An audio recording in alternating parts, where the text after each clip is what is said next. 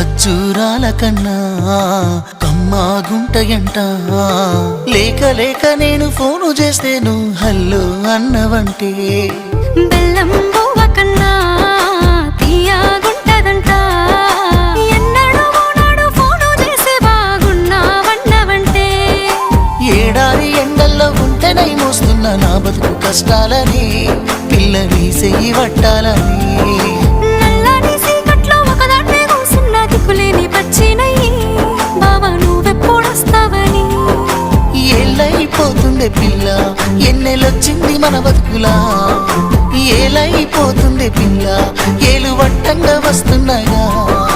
ఇన్నాళ్ళ ఎడబాటు ఎడవాసిపోతుందిలే ఈ సీనయ్య గుండున్నదే సినదారా నీ కోసము ఈ దూరాన్ని చెరుపుతూ తీరాలకు